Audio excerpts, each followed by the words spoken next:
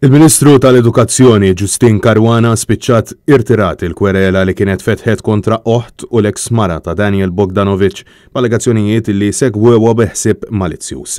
Oriġinarjament il-Ministru kienet fetħet il-kwerela wara li allegatament l-eks mara ta' Bogdanovic segwit lil żewġa saħdejn il-vapur tal-Gozo Channel biex toħodlu ritratt mal-Ministru Caruana. Wara 6 xhur nissu biex harassment irrikorrejt għal-proċeduri legali bħal mandu dritt jagħmel kulħadd, kemm il-darba rajt li il-harassment spiċċa. Ħassejt li ma kienx hemm bżonn illi nkompli, però kemm il-darba jerġa' jkompli il-harassment naħseb għandi dritt illi nipproteġi lili u l-familti.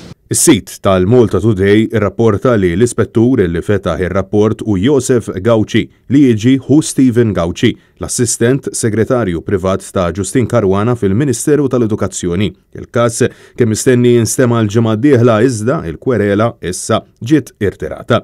Daniel Bogdanovic u meqjus bħala ħabib qrib ħafna tal-Ministru Caruana. Fl-2019 meta kienet Ministru għal Għawdex l-eks futboler ingħata impjieg mal-Gvern fiħdan l-istess Ministeru. U wara illi f'Novembru 2020 Caruana nħatret Ministru għall-Edukazzjoni informazzjoni mis-sistema taċ-ċivil u ried illi xahar biss wara Bogdanovic iddaħħal jaħdem bħala edukatur sportiv. Dan qabel ma f'Jannar ta' din is-sena u ngħata kuntratt ġdid ta' 5,000 euro fix-xahar biex isegwi il-mod kif qed titħaddem l-Iskola Nazzjonali tal-Isport li wkoll taqa' taħt ir-responsabilità politika tal-Ministru Justin Caruana, kuntratt li eventwalment kellu jitwaqa'.